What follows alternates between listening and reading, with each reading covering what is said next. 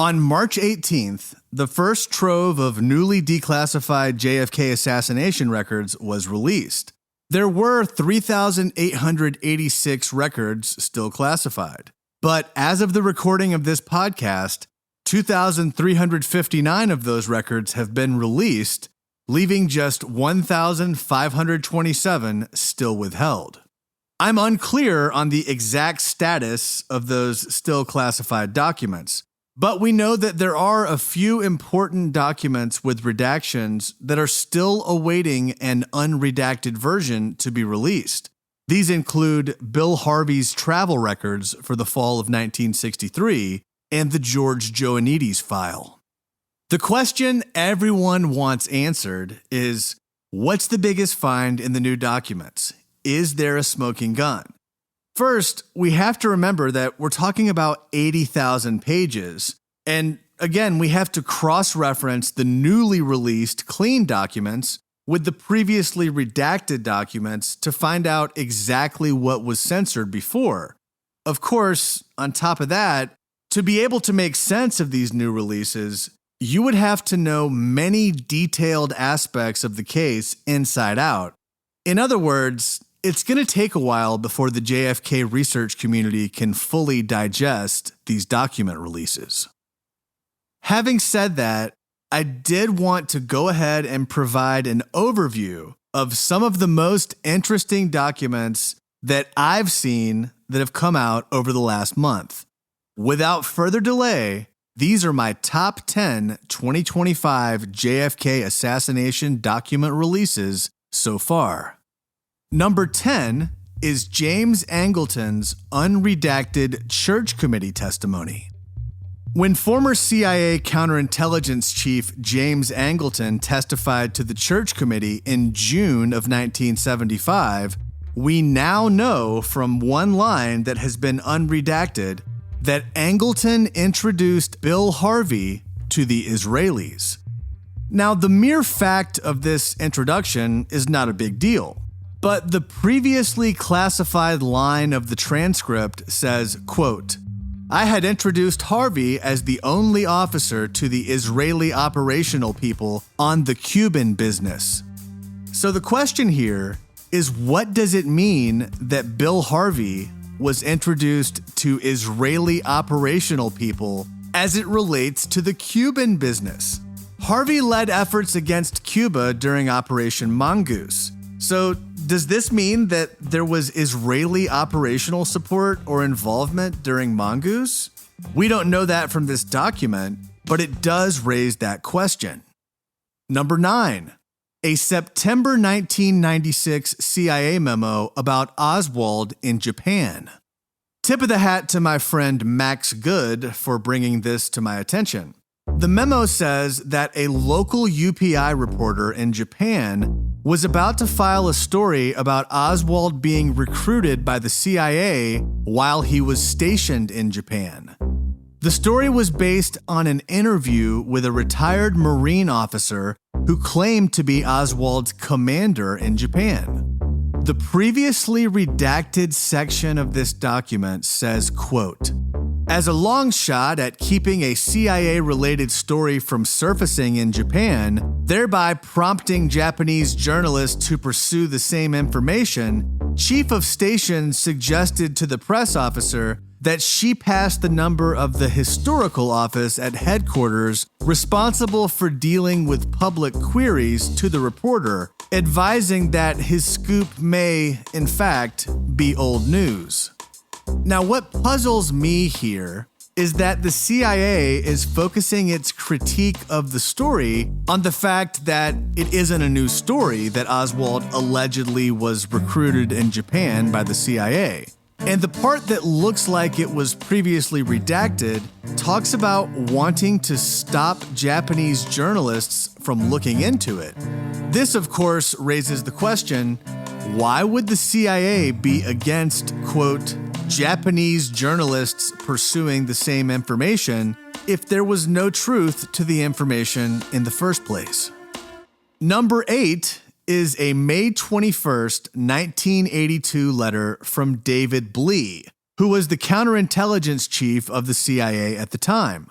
This letter is in response to questions about Valeriy Kostikov. You may remember Kostikov from when we covered Oswald's alleged trip to Mexico City. Kostikov met with a man who claimed to be Lee Harvey Oswald. Whether it actually was Oswald is not proven and remains disputed. The historical understanding has been that Kostikov was the head of the Soviet Union's Department 13, which handled assassinations in the Western Hemisphere. Of course, Oswald meeting with the head of Soviet assassinations only a month before the president was killed seems to imply that Oswald may have killed the president and that he may have done it at the behest or at least with the knowledge of the Soviet Union. But this new document from David Blee seems to cast doubt on the historical understanding of Kostikov's role and says, quote, "Although our file indicates that Kostikov may have been a member of Department 13, Executive Action, we have been unable to confirm this. Also, to the best of our knowledge, the KGB has not engaged in such executive action since 1959. So what does the CIA really think about Kostikov? I'm not sure. And maybe that's why James Angleton called intelligence work a wilderness of mirrors. Number 7, the Regis Blahut security investigation file from the HSCA. While we have not yet covered it on Solving JFK, the research community has long known about an incident where CIA officer Regis Blahut was caught breaking into a safe used by the House Select Committee on Assassinations. The safe was used for storing important evidence, including autopsy photos. During the break-in, nothing was taken, but the autopsy photos were tampered with. Specifically, the photos of President Kennedy's head wound had been taken out of their slipcases and were left in disarray.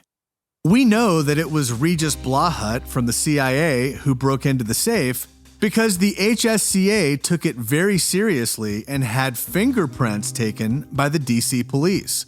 At first, Blahut denied it, but later he admitted to breaking into the safe. The CIA said that Blahut was just curious, and that's why he broke into the evidence safe.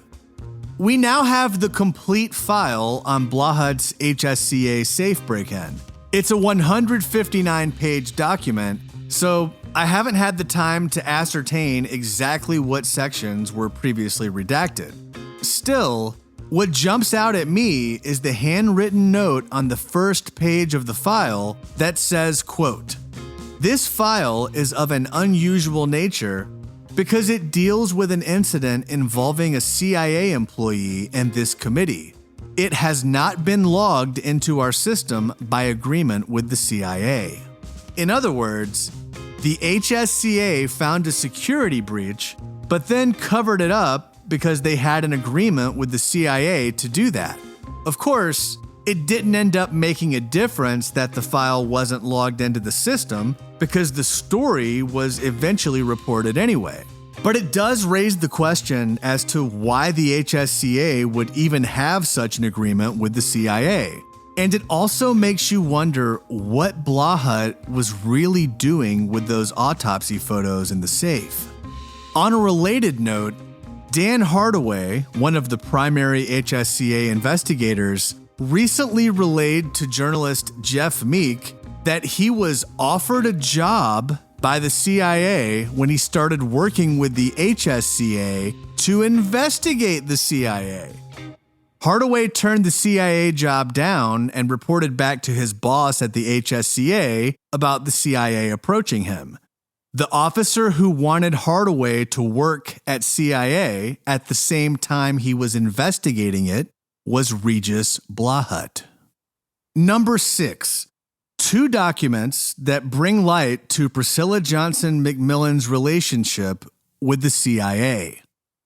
We covered Priscilla Johnson McMillan so far in the context of her meeting with Oswald for an interview in the Soviet Union about 2 weeks after Oswald arrived there. We also noted that journalist Aline Mosby told the HSCA that McMillan worked for the CIA. It's also true that when McMillan testified to the HSCA, for some reason, she had immunity from prosecution. Now, we have two recently declassified documents that further clarify McMillan's relationship with the CIA. The first one is a May 1962 request by CIA to approve Priscilla Johnson, this is before she was married, as a news editor for China Quarterly and Encounter, two publications subsidized by the CIA. The document says, quote, "Subject has been of previous interest to the agency, though she has not been hired by either a proprietary operation or used in any FI project. Subject subsequent to clearance and hire will be considered by the project for possible reassignment into more responsible work." So we know that as of 1962, the CIA was aware of her and she was actively an asset under Project QK Opera per this newly released document. The other unredacted document on Priscilla Johnson McMillan is 4 pages of notes from the HSCA staffer who interviewed her that conclusively demonstrate that Priscilla McMillan had an ongoing relationship with the CIA throughout her career up to that time. The last note says, quote, "January 5, 1975, PJ, witting, collaborator." So why should we care about Priscilla Johnson McMillan's background? She's the one who wrote the official biography of Marina Oswald, which is relied upon heavily and viewed as the gold standard by the mainstream press and academic historians. We now know with certainty that the woman who wrote Marina Oswald's biography was a witting collaborator of the CIA in 1975, which means that her book, written in 1977, cannot be regarded as an honest attempt to capture what actually happened and should instead be looked at as CIA propaganda. Number 5. 2 CIA documents about what Cubans thought happened to President Kennedy. These are in the form of CIA memos that document what was overheard when listening to Cubans. The first one is written on the day of the assassination and was previously withheld in full. This memo says that after President Kennedy was killed, the head of the Cuban embassy in Chile, Pedro Martinez Perez, said, quote, "The person arrested was president of a Fair Play for Cuba committee, and that if the Yankees or CIA assassinated Kennedy to resume the assault on Cuba, then a third world war would start. He said things are very clear, and there is no doubt that they have assassinated him. The contradictions are well defined, and the moment was very special, like that of the Maine." The other document is a 1994 internal CIA memo that says, quote, "In 1969, an informant personally saw Fidel Castro meet with a group of U.S. radicals. Castro talked to them for 2 hours about why just one assassin could not possibly have killed Kennedy. Castro ordered a reenactment of the crime using his best marksman, and they could not duplicate what Lee Harvey Oswald supposedly did by himself." So why do we care about memos capturing what people from the Cuban government thought? They weren't there, so there's no reason that we should trust them to know what happened. But on the other hand, what possible basis could there be to keep these documents classified for all of these years? The fact that the first memo is from the day of the assassination and specifically mentions the Maine, a ship that was sunk as part of a false flag operation to start the Spanish-American War, makes me wonder if the real reason why this document remained withheld for so long is that the Cubans got it right on the first day. Number 4. The fully declassified June 30th, 1961 Arthur Schlesinger memo about reorganizing the CIA. This document was the result of President Kennedy famously saying after the failed Bay of Pigs invasion that he would, quote, splinter the CIA in 1,000 pieces and scatter it to the wind. Kennedy's advisor, Schlesinger, drafted this memo to lay out the practical considerations for reorganizing the CIA. For years, a large portion of the memo was redacted. Really, we could do an entire episode just on this memo alone. But to keep it high level, here is the summary of what we now know from the declassified section. CIA officers had historically used the State Department as cover abroad. However, by 1961, things were getting out of hand. 47% of political officers serving in U.S. embassies abroad were CIA. This had the result of the CIA effectively taking control over foreign policy from the State Department in some places. For example, in France, the president of the National Assembly would only speak with the CIA, not the ambassador. I wouldn't be surprised if there are numerous CIA officers who continue to work under State Department cover today. And that could have been a good reason, sources and methods, to keep part of this memo classified. But there's also another part of the memo that was previously redacted that looks at the heart of President Kennedy's concern with the CIA. It says, quote, the contemporary CIA possesses many of the characteristics of a state within a state. CIA operations have not been held effectively subordinate to United States foreign policy. The memo goes on to say, quote, though CIA's autonomy developed for historical reasons, it has been able to endure because there is no doctrine governing our conduct of clandestine operations. The problem of doctrine for CIA is the extent to which its various clandestine missions are compatible with a free and open society.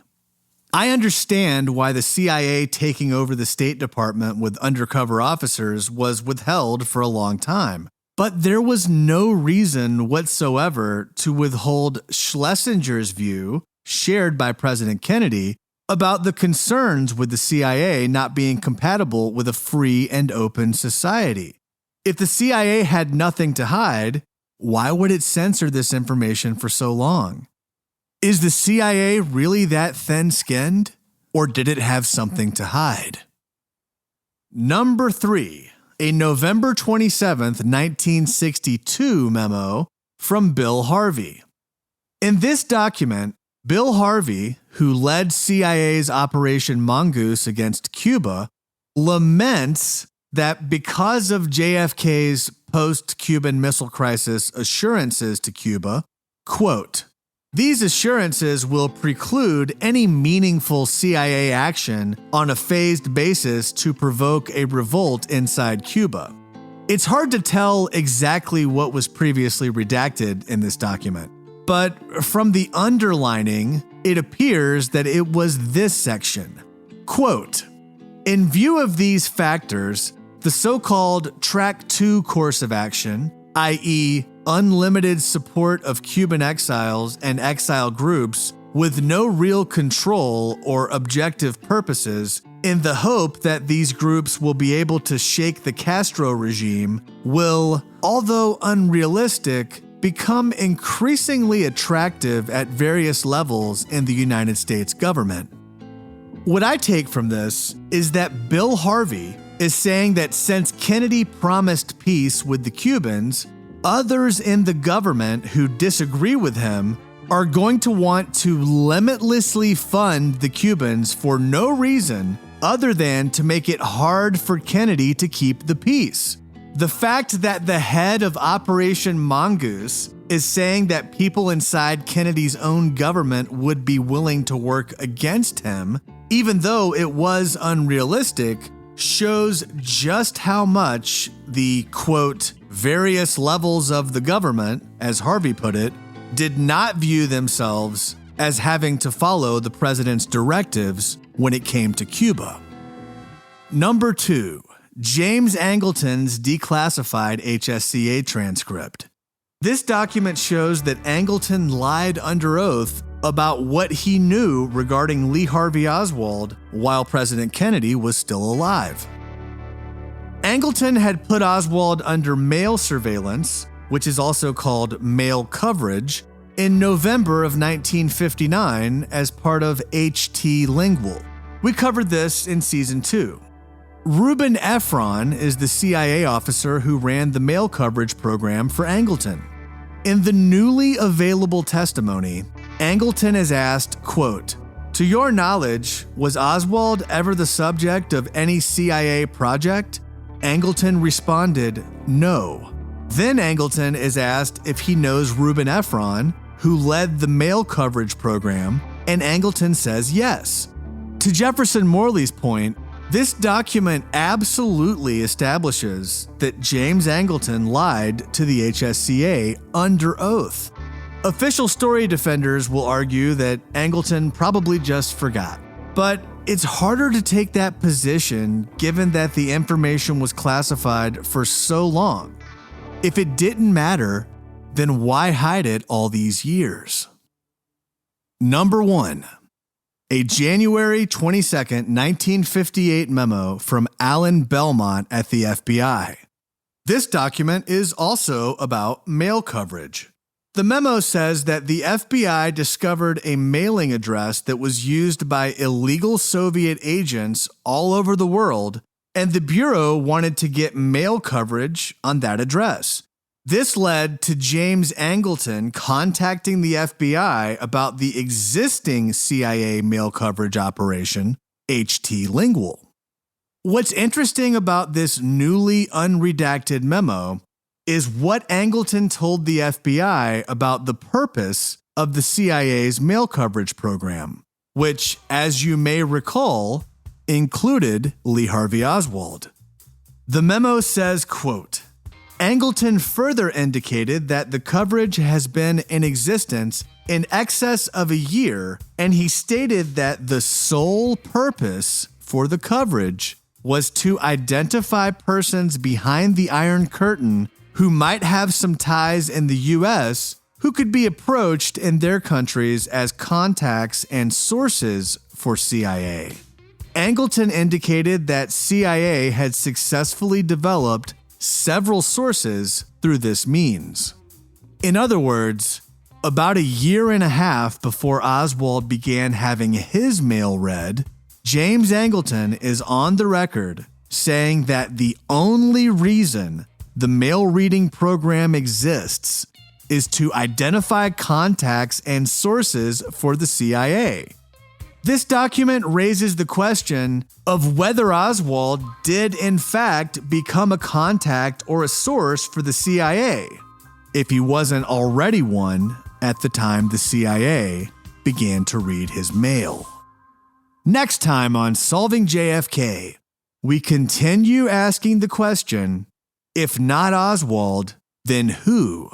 And we turn our attention to J. Edgar Hoover and the FBI. If you heard anything that you believe is out of context, or if you have additional information to offer, you can let us know at solvingjfkpodcast@gmail.com. Please provide citations to the record for any fact that you're relying on. For transcripts, sources, and official podcast merchandise, visit solvingjfkpodcast.com. In Dallas, Texas, 3 shots were fired at President Kennedy's motorcade in downtown Dallas. The flash, apparently official, President Kennedy died at 1 p.m. Central Standard Time. Thanks for listening. Visit solvingjfkpodcast.com for more information. I'm just fantastic.